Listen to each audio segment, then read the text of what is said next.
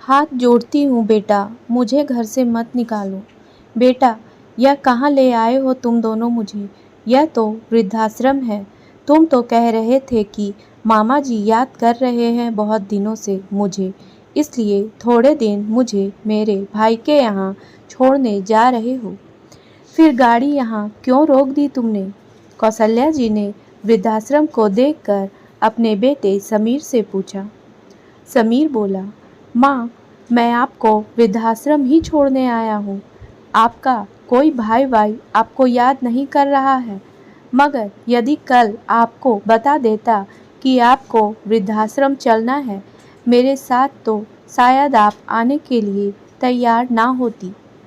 इसलिए आपको बिना बताए मुझे यह कदम उठाना पड़ा।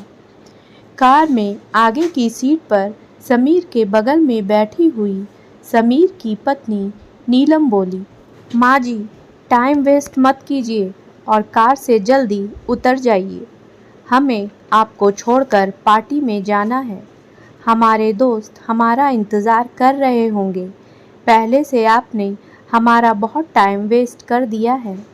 पहले आपको अपने कपड़े नहीं मिल रहे थे, फिर आपको अपना टूथब्रश याद आया और निकलते समय पापा जी की तस्वीर याद आया। एक एक सामान याद करने और लेने में आपने हमारी पहले ही बहुत देरी करवा दी है। कौशल्या जी गाड़ी में बैठी बैठी गिड़गिड़ाते हुए बोली, यह तुम लोग मेरे साथ अच्छा नहीं कर रहे हो। मुझे मेरे भाई का नाम लेकर वृद्धाश्रम छोड़ रहे हो। समीर, क्या नहीं किया मैंने तुम्हारे लिए? बचपन में तुमने जो मांगा वह दिया, अपनी पाई पाई जोड़कर तुम्हारे भविष्य के लिए बचाया, और तुम मेरे सगे बेटे होकर मुझे यहाँ छोड़ने आए हो। समीर बोला, माँ, वैसे भी क्या कर दिया आपने मेरे लिए? पढ़ा लिखा कर बड़ा करना हर माँ बाप का फर्ज होता है। अब इस उम्र में आपके लिए यही सही जगह है। फिक्र मत कीजिए, थोड़े दिनों में यहाँ आपके दोस्त बन जाएंगे, फिर आपका यहाँ मन लग जाएगा। वृद्धाश्रम ही आप जैसे बूढ़े बुढ़ियों के लिए सही जगह है। कौशल्या जी बोली, मुझे नहीं चाहिए बेटा दोस्त, बस मुझे तो मेरे बच्चे के साथ रहना है। मुझे तो मेरे घर में रहना है। बस मुझे घर वापस ले चल बेटा। नीलम बोली, मम्मी जी, कौन सा घर? आपका कोई घर नहीं है, समझी? अब से वह घर मेरा है। आप यहाँ आराम से रहिए और हमें वहाँ आराम से रहने दीजिए, ताकि हम अपने घर में भी दोस्तों को बुलाकर पार्टी कर सके। आपको तो यह पार्टीज वगैरह पसंद नहीं, इसलिए आपके लिए यही सही जगह है। समीर भी नीलम की हाँ में हाँ मिलाते हुए बोला, हाँ माँ, हमारे घर में भी अब से ज़्यादातर पार्टीज होंगी और हमें उसमें कोई रुकावट नहीं चाहिए, इसलिए बेहतर है आप यहाँ रहें। कौशल्या जी बोली, क्या इसी दिन के लिए मैंने तुझे बड़ा किया था? समीर ने कार में से उतरकर पीछे वाली डिक्की खोली और माँ का सामान निकालकर नीचे फेंक दिया और दोनों हाथ जोड़कर बोला, आप जाइए अंदर, ताकि हम भी यहाँ से जल्दी जा सके। नीलम बोली, और कितना टाइम वेस्ट करेंगी हमारा? पता नहीं। कौशल्या जी बेटे बहू का ऐसा व्यवहार देखकर दंग रह गई और चुपचाप कार से उतर गई। जैसे ही वह कार से उतरी, समीर ने झटके से अपनी गाड़ी घुमाई और वहां से चला गया। नीलम बोली, अच्छा हुआ हमेशा के लिए बला टल गई। कौशल्या जी ने अपना नीचे पड़ा सामान उठाया और भीगी पलकों से अंदर वृद्धाश्रम में चल पड़ी। अंदर से एक सहकर्मी आया और उसने कौशल्या जी के हाथ से सामान ले लिया। सहकर्मी से कौशल्या जी के आंसू छुप ना सके। वह बोला, माँ जी, रोइए मत। यहाँ आपके जैसे हजारों वृद्ध हैं, जिनको अपने बेटे बहू ने अपने ही घर से बेदखल कर दिया है। जब यह वृद्धाश्रम इतने बूढ़ों का भार उठा रहा है तो आपका भी उठा ही लेगा। कौशल्या जी ने पूछा, बेटा तुम्हारा नाम क्या है? तुम कितने सालों से यहाँ काम कर रहे हो? सहकर्मी बोला, मेरा नाम मनोहर है माँ जी, और मैं यहाँ 7 सालों से सेवा कर रहा हूँ। सच कहूँ तो सभी को देखकर बहुत दुख होता है और मुझे यह बात सोचने को मजबूर कर देती है कि कैसे कोई अपने ही माँ बाप को वृद्धाश्रम छोड़ सकता है। वैसे माँ जी, आप मुझे अपना ही समझना और कभी भी किसी चीज़ की ज़रूरत हो तो मुझे आवाज़ दे देना। मनोहर कौशल्या जी को उनका कमरा दिखाते हुए बोला।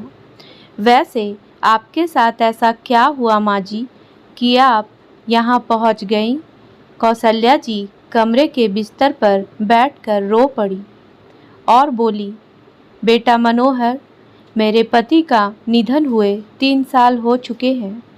मेरे पति दीनदयाल जी के निधन के बाद मैं ज़्यादा बीमार रहने लगी। मुझसे 2 रोटी भी ना खाई जाती थी। एक दिन बहू से मैंने बोला, बहू मुझसे यह रोटी सब्जी नहीं खाई जाती है, हो सके तो मेरे लिए अलग से खिचड़ी या दलिया बना दो। बस मेरे इतना कहते ही बहू मुझ पर भड़क पड़ी। कहने लगी, आपको तो बस बैठे बैठे फरमाइश करना है, कभी यह बना दो कभी वह बना दो। मैं क्या आपकी नौकरानी हूँ? मेरी बात कान खोल कर सुन लीजिए। अब आपके पति तो इस दुनिया में रहे नहीं आपकी फरमाइशें पूरी करने के लिए। मुझ पर यह जोर ज़बरदस्ती नहीं चलेगी। बेटा समीर भी उस दिन नीलम से बोला, नीलम बना दो खिचड़ी। खिचड़ी बनाने में भला कितना ही समय लग जाएगा? नीलम बोली, समीर तुम्हारी माँ के लिए मुझसे अलग से कुछ ना बन पाएगा। हाँ जो भी है यही खाना पड़ेगा। वैसे भी अब ये बूढ़ी हो चुकी है और इनकी तबीयत भी ठीक नहीं रहती। मुझसे इनका अलग से काम नहीं होगा। तुम इन्हें वृद्धाश्रम छोड़ दो।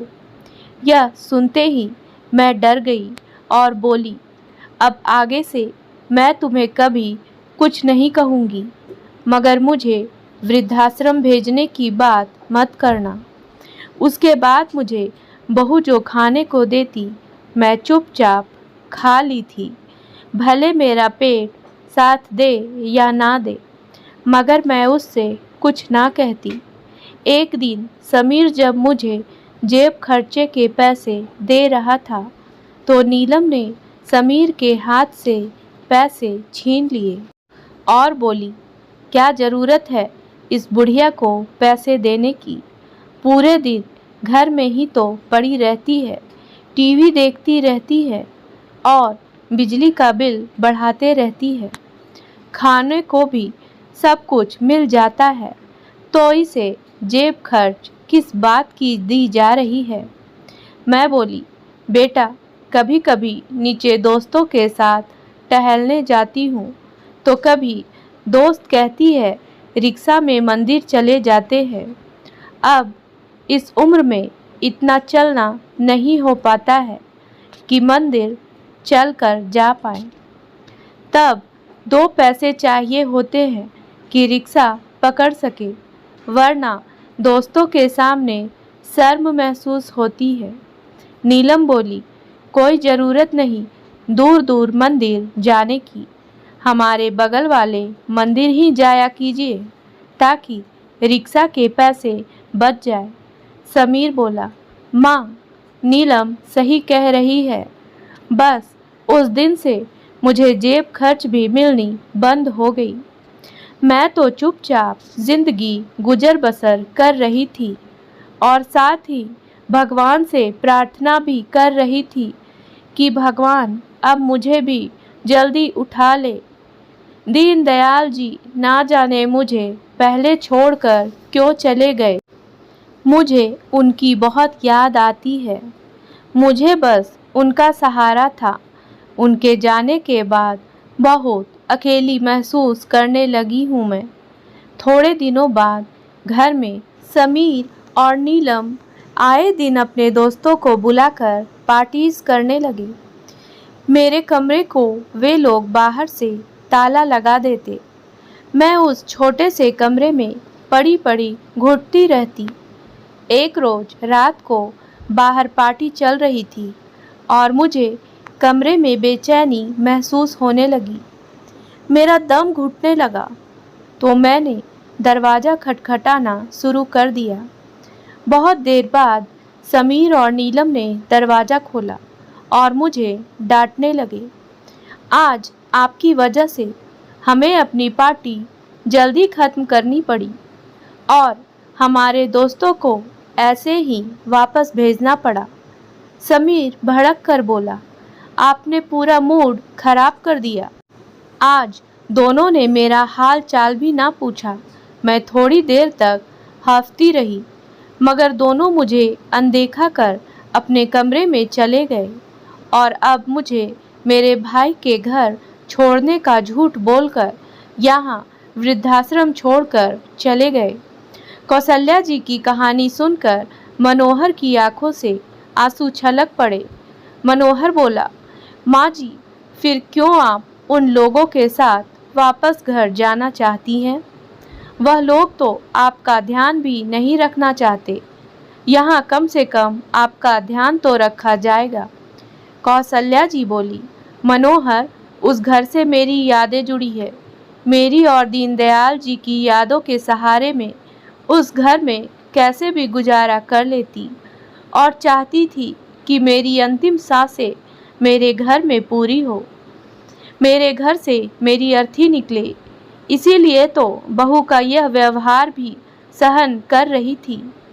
मनोहर बोला, माँ जी, आप चिंता मत कीजिए, आप यहाँ बैठिए, मैं आपके लिए पानी और चाय लेकर आता हूँ। कौशल्या जी ने अपने आंसुओं को पोंछा और अपने बैग में से दीनदयाल जी की तस्वीर निकालकर देखने लगी। मनोहर उतने में चाय नाश्ता लेकर आ गया। कौशल्या जी धीरे धीरे वृद्धाश्रम में रचने बसने लगी मगर उन्हें घर की बहुत याद आ रही थी। उनके घर के आसपास रहने वाले उनके सभी मित्र बहुत याद आ रही थी। सुबह सारी दोस्तों के साथ साथ में सैर सपाटे के लिए जाती थी और शाम होते ही सोसाइटी की बेंच पर बैठकर गप्पे मारती थी। घर में बेटे बहू का व्यवहार बहुत गलत था मगर कम से कम उस घर में दीनदयाल जी की यादें तो बसी हुई थी। तन्हाइयों में उन्हीं यादों के सहारे ही जिंदगी कट जाती थी। एक दिन कौशल्या जी वृद्धाश्रम में कुछ पेड़ लगा रही थी। उन्हें दीनदयाल जी के दोस्त वर्मा जी की बेटी निशा ने देखा और बोली, आंटी, आप यहाँ कैसे? निशा को देखते ही कौशल्या जी भाव विभोर हो उठी और उन्होंने सारी घटना निशा को बताई। निशा पेशे से वकील थी। दूसरे दिन ही समीर के घर नोटिस पहुंच गया। नोटिस देखकर समीर के पैरों तले जमीन खिसक गई। समीर बोला, घर खाली करने का नोटिस आया है नीलम। नीलम गुस्से से बोली, समीर, तुम भी बुद्धू ही रहोगे। माँ जी को वृद्धाश्रम छोड़ने से पहले यह तो देख लेते कि घर का लोन उन्होंने पूरा भर दिया है या नहीं। अब हम क्या करेंगे, कहाँ जाएंगे? समीर बोला, घर का लोन तो पूरा हो चुका है नीलम, फिर पता नहीं यह घर खाली करने का नोटिस क्यों आया है।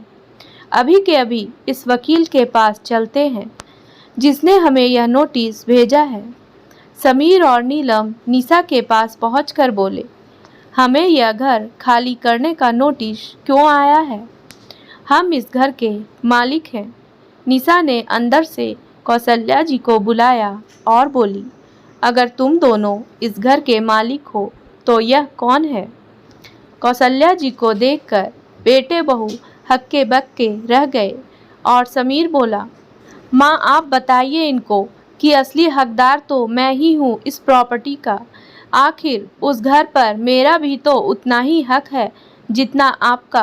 कौशल्या जी बोली, तुम असली हकदार कब से हो गए? उस दिन क्या कह रहे थे तुम कि मैंने तुम लोगों के लिए आखिर किया ही क्या है?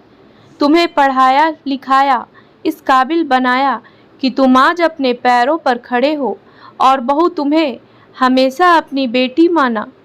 मगर तुम दोनों ने मेरे साथ क्या किया? मुझे इस उम्र में जब तुम्हारी सबसे ज़्यादा ज़रूरत थी, तुम लोगों ने मुझे वृद्धाश्रम पहुंचा दिया।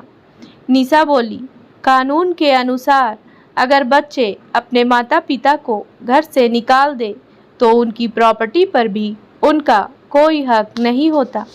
समीर और नीलम दोनों कौशल्या जी से माफ़ी मांगने लगे और समीर बोला, माँ आप चलिए, हम सब साथ ही रहेंगे, मगर हमें घर से मत निकालिए।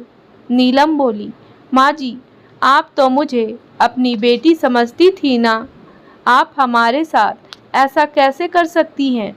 निशा बोली, तुम दोनों अपना यह नाटक बंद करो। जो बच्चे अपने बूढ़े माता पिता को यूं घर से निकाल दे, ऐसे बच्चे को कभी माफ़ नहीं किया जा सकता। कौशल्या जी को निशा ने हौसला दिया, जिससे कौशल्या जी में वापस आत्मसम्मान लौट आया था और वह बोली, तुम दोनों मुझे क्या रखोगे? मैं ही अब तुम दोनों को अपने साथ नहीं रखूंगी।